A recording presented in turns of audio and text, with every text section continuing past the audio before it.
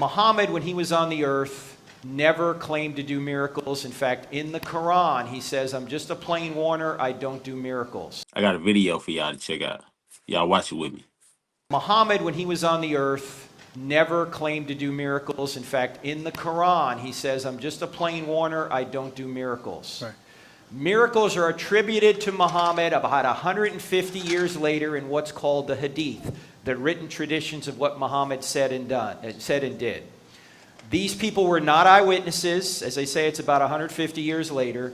And some of the miracles appear to be modifications of Christian miracles, like Jesus turns water into wine, Muhammad turns water into milk. Jesus feeds 5,000, Muhammad feeds, 10 or 50,000, something like that, right? They appear to be kind of borrowed from Christianity.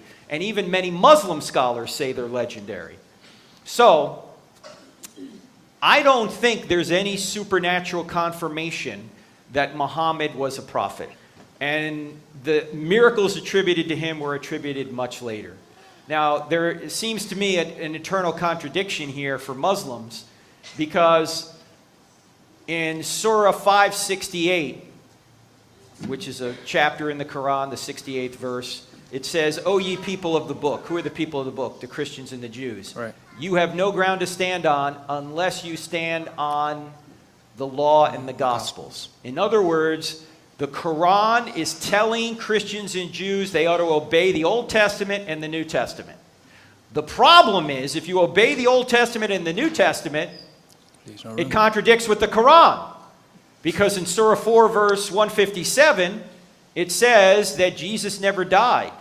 He was taken straight to heaven, so he couldn't have resurrected from the dead, because God would never kill a prophet, according to the Quran. Now, keep in mind, Muhammad did not write the Quran. It was gathered after he died, and it was put together by the third Caliph Uthman in 650 AD. Okay? There's no miraculous confirmation that Muhammad was a prophet. My Muslim friends, you're going to get the truth today. You're going to get the truth whether you want it or not. It's written 600 years after the events of Christianity. Why would we take a document written 600 years later to tell us what happened to Jesus when we have eyewitness testimony of what happened to Jesus? Right. So this is why I don't think Islam is the true world religion. Now, I'm not saying everything Islam teaches is false. That's not the case. I just think where it differs from Christianity, it's false. Mm-hmm. So that's the other great competitor to Christianity is Islam. Right. Okay. Mm-hmm. Now, most Muslims would agree with the first 3 points: truth, God, miracles.